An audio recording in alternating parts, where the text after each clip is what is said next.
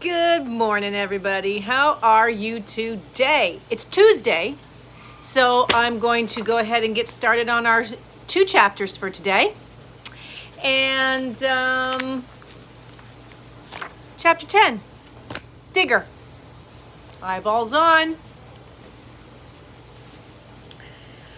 We each took a piece of cake with a candle stuck in it and followed Mr. Harrison down the stairs.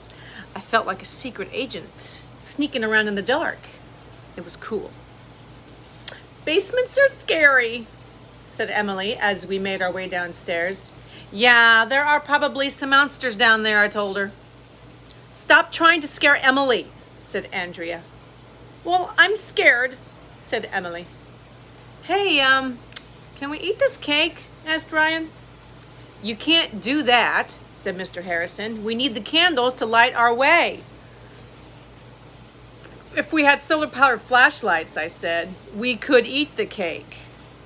Well, you can't use your cake as a flashlight and eat it too, said Mr. Harrison.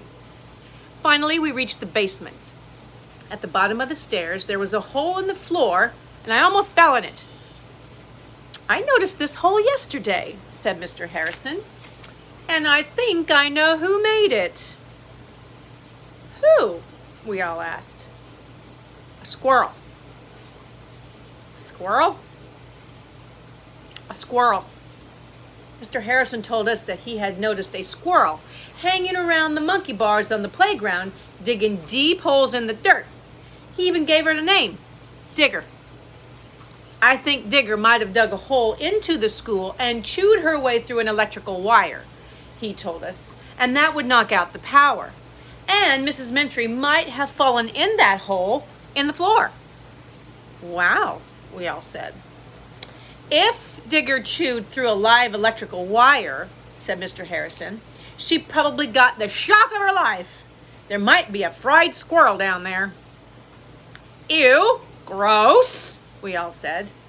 Oh, poor Digger, said Emily. I wonder what fried squirrel tastes like, thought Ryan. Fried squirrel would have to be cooked in oil, said Andrea. That's what fried means. If Digger was electrocuted, she would have been broiled or baked. I take a cooking class after school, so I know these things. Why can't an electrocuted squirrel fall on her head? Wait a minute, said Alexia. If Mrs. Mentry touches that live wire, she could get the shock of her life too. You're right, said Mr. Harrison. So we got down on our knees around that hole. Mrs. Mentry, are you down there? Michael hollered. And there was a long pause. And then, of course I'm down here, yelled a faraway voice. Why is there a hole in the floor? I'm going to sue this school. Mrs. Mentry sounded pretty mad. The school is 50 years old, said Mr. Harrison, yelling into the hole. Stuff breaks all the time. Tell me what you see, yelled Neil. Any dead squirrels down there? I can't see anything, said Mrs. Mentry. Get me out of here. I need to call my lawyer. Don't touch any wires, Mrs. Mentry, Andrea warned her, and Mr. Harrison looked at us seriously.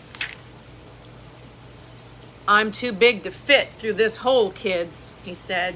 A few of you need to go down there and help get Mrs. Mentry out. We all wanted to go down that hole, except Emily, of course. She's scared of everything. Mr. Harrison chose the skinniest ones, me, Alexia, Andrea, and Ryan, to go down there and rescue Mrs. Mentry. So we lowered ourselves through the hole one at a time. It was scary, but exciting. The candles on our cake didn't give off too much light. I'm down, I said when my feet touched the bottom. It was dusty and dirty. Mrs. Mentry? Andrea asked, where are you? Silence. Do you see anything? Alexia asked. No. I just saw a face, said Ryan. Where? Asked Andrea. Is it Mrs. Mentry? At that moment, the scariest thing in the history of the world happened. I heard a deep rumbling sound and then a crash. And the next thing I knew, the ceiling was falling on top of us. It was a cave-in. Chapter 11. I don't want to hold your hand. Coming up next.